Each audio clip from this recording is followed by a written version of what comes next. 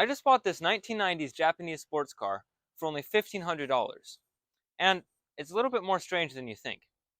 And in this video, I'm going to get it running and driving. What is it, you may ask? This is a 1992 Subaru SVX, Subaru's idea of a sports car. With a 3.3 Hammerhead 6, or an opposed 6, which was Subaru's most powerful engine at the time, producing around 240 horsepower, paired with an all-wheel drive drivetrain and a 4-speed automatic. Yes, you heard me. An automatic was the only option available for this car, and it's considered the weak point in many ways. This was the reason other cars like the Toyota Supra and the Nissan GTR are quite frankly more popular than the SVX. This was Subaru's take on a futuristic car, with some features like windows inside windows, and some other interesting interior features to complement them. With only 1,400 units in the United States, this is a decently rare find, and I hope to restore it to its former glory. But let's get it running first. Now, I bought it from a house down the street, and the previous owner says it ran when it was parked. But that was over 6 years ago. Since then, it's been infested with rats and mice. And it's very, very sun damaged on the inside. Oh, yeah, and one big issue. Did you catch it? No, the reason he parked it is because he was getting old and a squirrel chewed a wire in the engine and he couldn't fix it. So, hypothetically, all we need to do to get this bad boy running is, well, fix that wire. But since then, a couple problems have occurred. But before we could get into that, let's give it a wash. So on the hood, there's this old leather piece and it's all rotting away. I've waited so very patiently to take this off.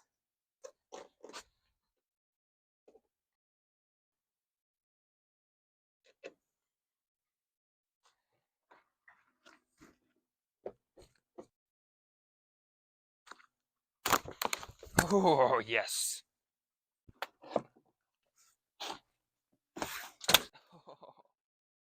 Oh.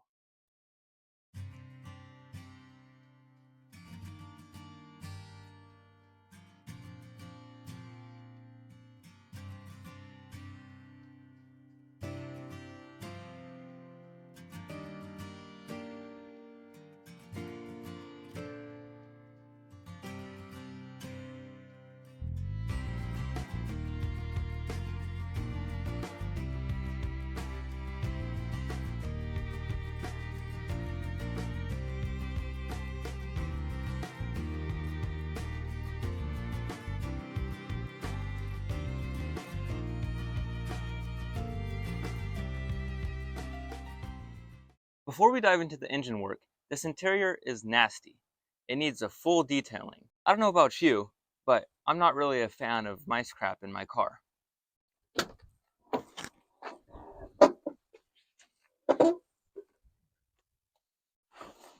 want to do a full clean out of this interior. So I'm going to take all the seats out and I'm going to figure out how to get this carpet out. And then I'm going to pressure wash and clean the carpet. I'm basically going to do a deep cleaning of everything I take out of here.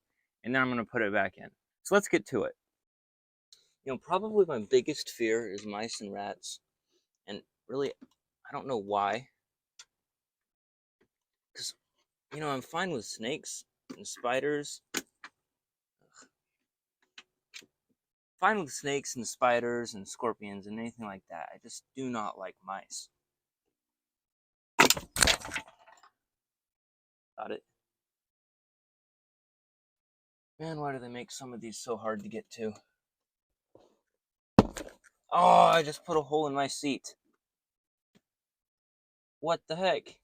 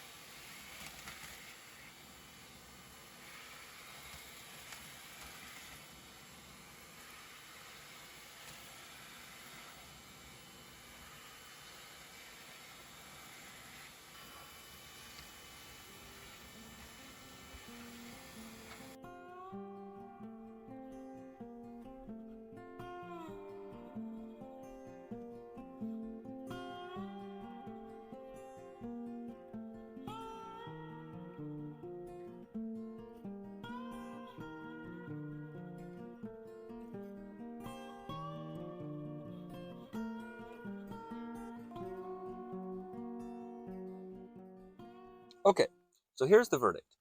I got the seats out and I got the floor vacuumed, but it's still kind of gross in here. The carpet has been saturated in rat gunk over the years, and it just kind of stinks a little bit. So the plan is to take the center console out, I'm going to take the rear seats out, and I'm going to take the door skins off.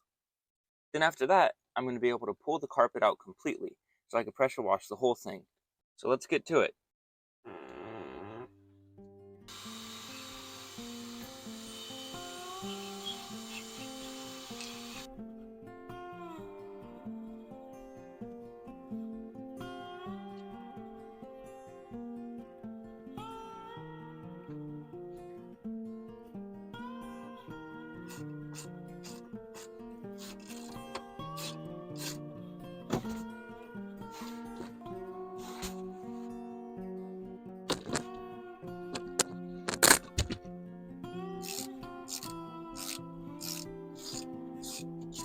Okay, now that seat's out and it's all clean for the most part, the next thing we have to do is the center console to get this carpet out. Inside the center console, there's 4 screws that we have to get to.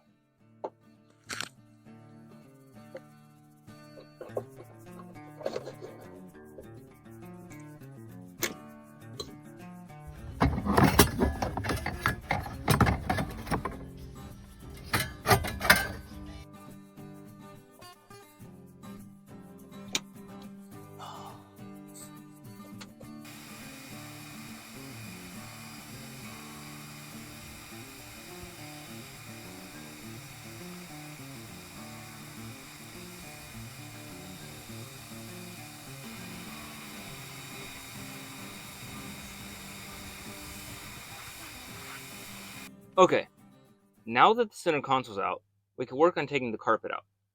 So I'm going to do some final touches and see what I can do to get this carpet taken out. Oh.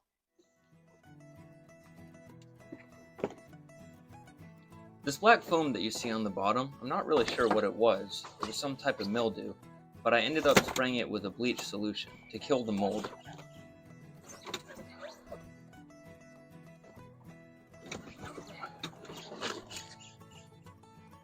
To get the carpet out, there was some plastic trim and a bunch of clips scattered about. Once those were out, the carpet came out pretty easily.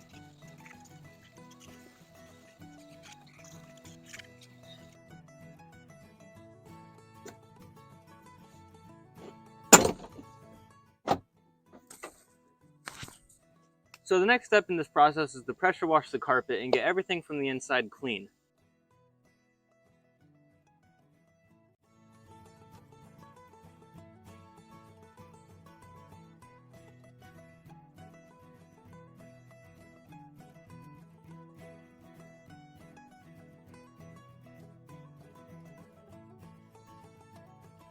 You could tell by all the gunk coming out of this carpet that it definitely needed it, and I ended up hitting it with a carpet cleaning solution, then hanging it upside down and washing it again so all the water ran out.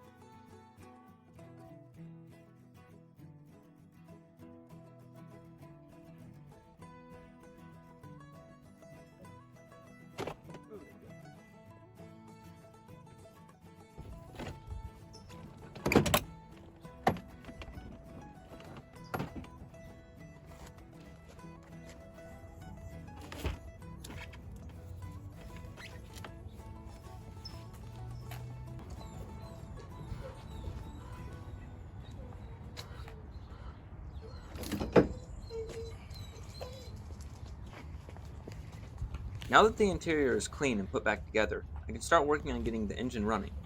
But before I touch anything in here, it's got to be clean.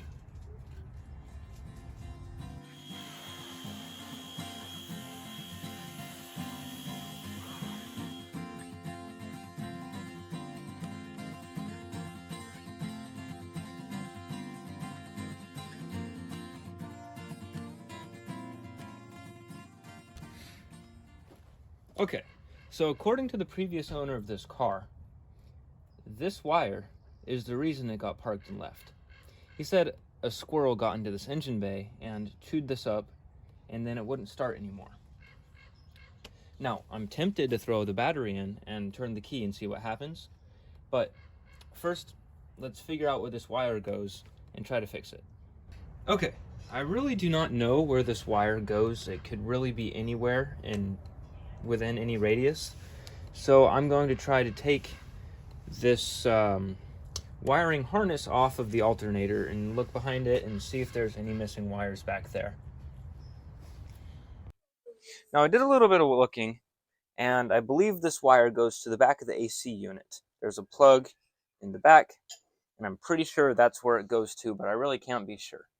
The next plan of action is to take off the intake manifold, and I am going to, well, clean out underneath there, because that's where whatever was living in here was living, and it'll give me an extra chance to clean stuff out. It'll give me an extra chance to look at all the other things that could have been eaten, and it'll give me more opportunity to look at where that wire could have gone.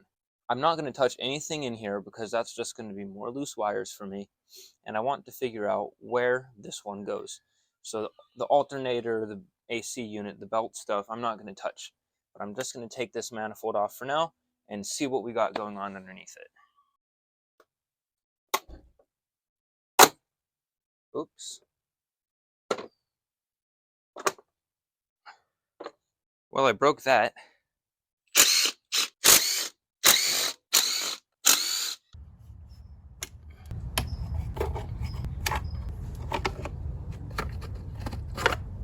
All right, so here's where we are on the motor. Now, this is kind of a big jump from where we left off, but let me explain. My dad is just as excited about this car as I am, and when I was at school, he ended up finishing the job for me. So there's no video on it, but that poses an issue because he's currently out of town, and I'm not really sure how he took this off. As he took this off, the vacuum lines, which are very brittle and old, most of them broke. So we ended up spending $25 on new vacuum lines, and we replaced all these vacuum lines. So that's all the work we've done to the manifold. Now, let me take you to the engine. We found out that the wire that was broken originally was part of the AC unit. We also found some more broken wires, and we replaced those. But my dad's out of town, and that wouldn't be very big of an issue, except for the fact that he took it off when I wasn't here, and I really have no clue where any of the vacuum lines go. So it's going to be a challenge trying to figure out where everything goes on this motor, but it shouldn't be that bad.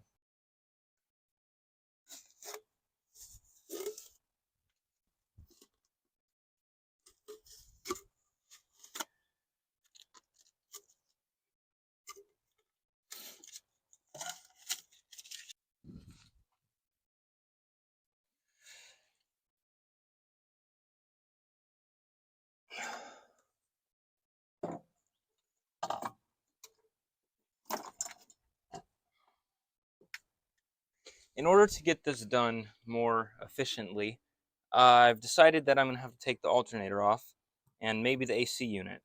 So I'm going to loosen up the belt, take the alternator off, and I'll be able to get under here more effectively.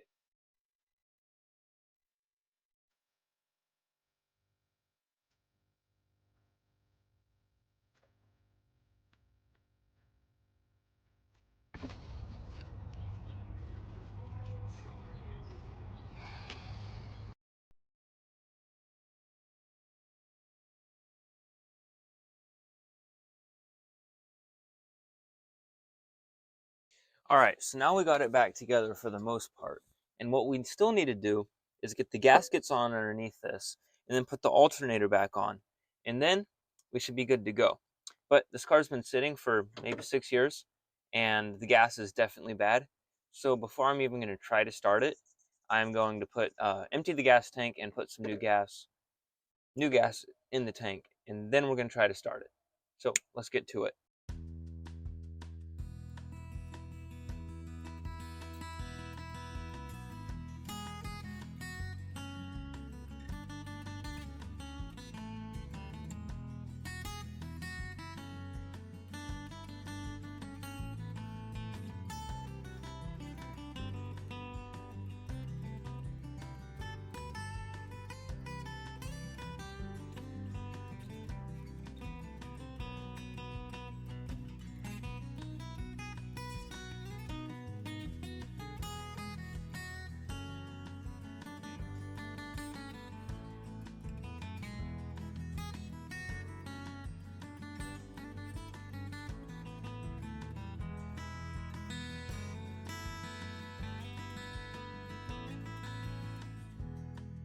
Okay, so this is where we left off. The motor is complete, wires are fixed, everything should be ready to go, hypothetically. But before I do that, this gas in this gas tank has been sitting for, maybe 6 or 7 years. The gas in this gas tank has been sitting for maybe 6 years, and it's definitely not good to be running through this motor. Um, when I did the when we did the intake, I disconnected the fuel rails, and they're all flushed of gas. So I don't really want to be running bad gas through this fuel system. I don't want to be clogging anything up. So I'm just gonna take a precaution, and I'm gonna empty this gas tank, and then I'm gonna fill it up with gas. And then we need to fill it with oil, because when I checked it, I made sure to check it before I bought it, and there was hardly any oil in it, which could be a pretty bad sign, but I'm not too worried. So yeah, we're gonna fill it up with oil, and then we are going to try to start it.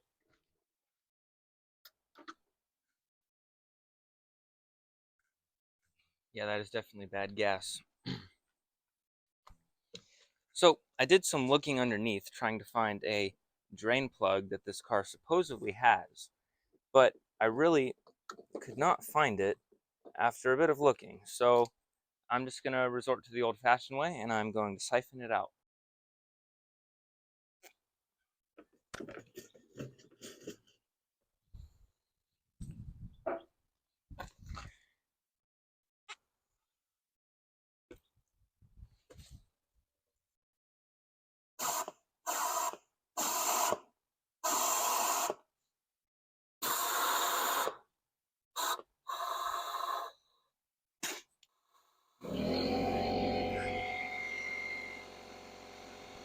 This is definitely posing to be a bigger challenge than I expected. I think I'm just sucking up air, which is extremely disgusting tasting. Um, I know there's gas in there, but I don't think my hose is in the gas. So I think the game plan is to take off the fuel pump and try to get it straight from there.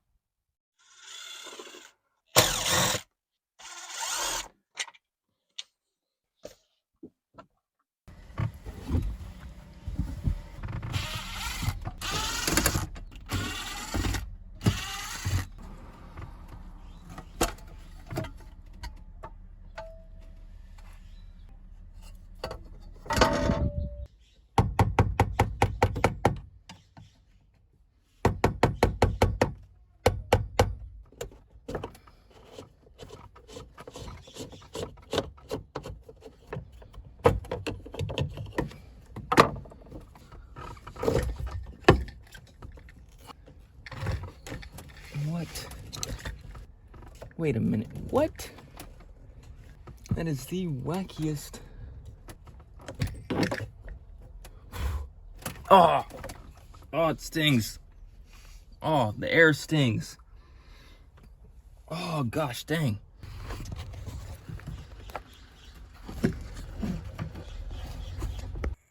I still couldn't get it to siphon, so I went and stole this fish tank pump from my brother's fish tank. It was slow and tedious, but it did the job. Okay, so here's where we're at. We got the tank completely drained, and I pretty much ran out of gas containers to use, and I had to use a old milk carton. But the tank is dry down there for the most part, so I'm just going to put everything back together, and we're going to fill up the tank and try to start it. That's the plan. Okay, so this is where we're sitting on gasoline. We got one full can, 5 gallons, 2.5 gallons, 1 gallon, and then half a gallon. So we're sitting at right about 9 gallons of bad gas that we got pulled out. So let's get the new oil in the car and let's fill it up with some new gas.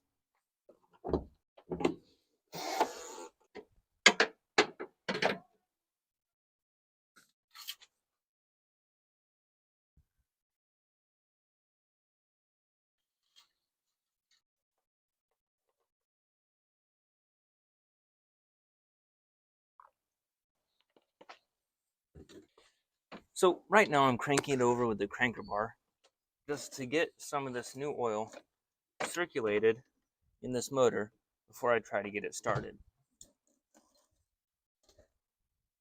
And Well, we have a good sign. It's actually moving. I'm going to try to get the engine to crank over using the starter motor so we can get some oil circulated in the motor better before it's firing on all cylinders.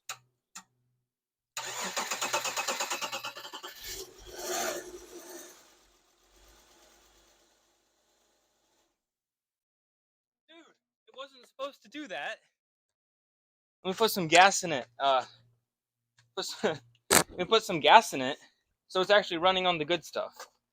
There's a little bit left in the system, I suppose.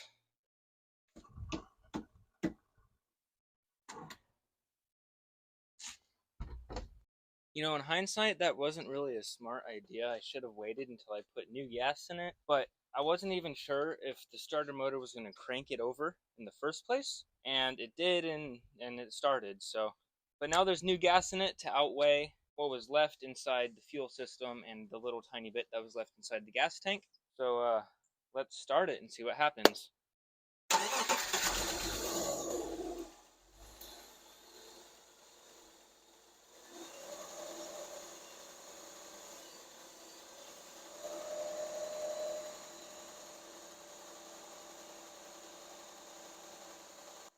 We don't even have a check engine light. All right, for some reason it doesn't want to stay running. I'm thinking it's just the bad gas that was left over in the system, because that gas was pretty smelly. I'm going to keep trying to start it and keep seeing what happens.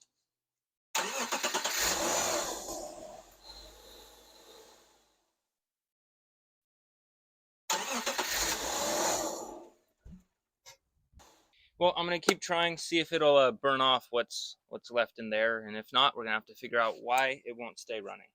Okay, it was doing the thing where it was dying, and then all of a sudden it wasn't, and now it's running just fine.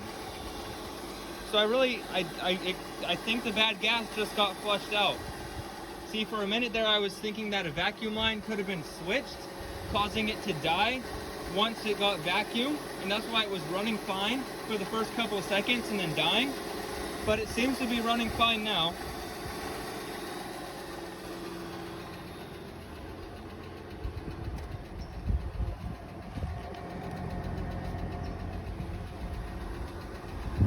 Gotta take it for a little spin.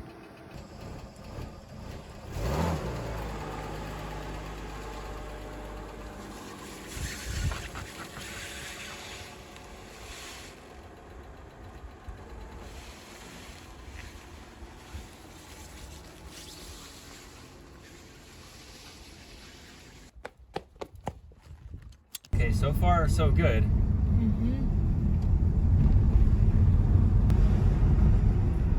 We just got to check engine light.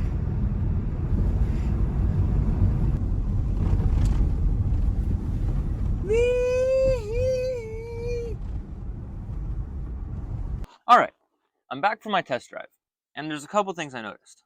First of all, it likes to cut out when you step on the throttle, and I'm thinking this is definitely still a gas problem. You step on the gas, and it's a little bit choppy at first. But that's not too big of an issue. I can throw in some gas additive and fill up the tank again, just kind of flush out the system. So the car's running great, pretty well right now when it comes to the cutting out and dying issue. I just wanted to show you the throttle issue. I believe it's a gas problem that it's having. I'm not sure how well it'll show up on camera, but right now I'm going to step on it and I want to see the delay of the kind of cutting out of gas. You see that? Second thing, which is kind of a bigger issue, is the fact that when you're driving, every once in a while it just turns off. Most of the time it just turns right back on. Sometimes it turns on and it'll turn off again. I'm thinking it might be a ground issue or something with the mass airflow sensor. I'm not really sure, but that's kind of something that we need to get sorted out. First off, I'm going to fill up the gas tank. I'm going to put some gas additives in it, and then I'm going to take the mass airflow sensor off, clean that up, and put it back in, maybe buy a new mass airflow sensor. Again, some footage on this was lost, but I can explain it for the most part. I took apart the airbox, and inside of this box was a big giant rat nest, with the filter eaten through. You could see right through it. So I cleaned out the nest and bought a new filter, bringing me back about $35. Alright, here's the situation. The dying problem has not gone away. In fact, it might have even gotten worse. Although, I did figure out how to make it stop, for the most part. I figured out that when it stalls and won't get started again and we're stranded on the side of the road, if we unplug the mass airflow sensor, the car will start and it'll be able to make it home. Now, as you would imagine, it doesn't run great with the mass airflow sensor unplugged because the computer is basically guessing how much fuel to put in the engine. But it still makes its way home. Now, since I cleaned out the mass airflow sensor, well, I guess that means one thing. It's time to buy some new parts. Well, new old parts. Fragile. Must be Italian. Thanks a lot, guys. Merry Christmas. Get the crowbar and a hammer, Ralphie. Fragile. It must be Italian. Well, I think that says fragile, honey. Oh, yeah.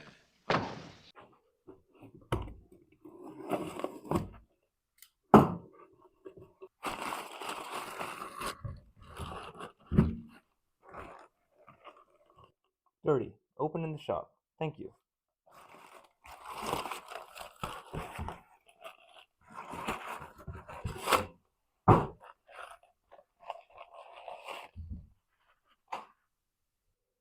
Well, here it is.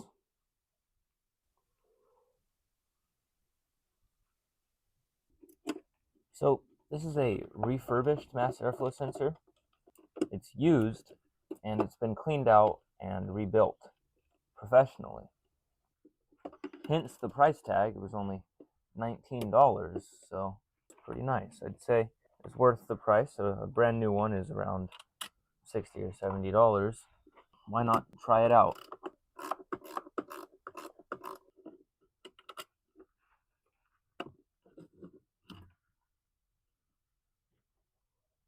Now, this issue that we're having, it doesn't necessarily mean that it's a mass airflow sensor. It could be a lot of things, but a mass airflow sensor is the best place to start.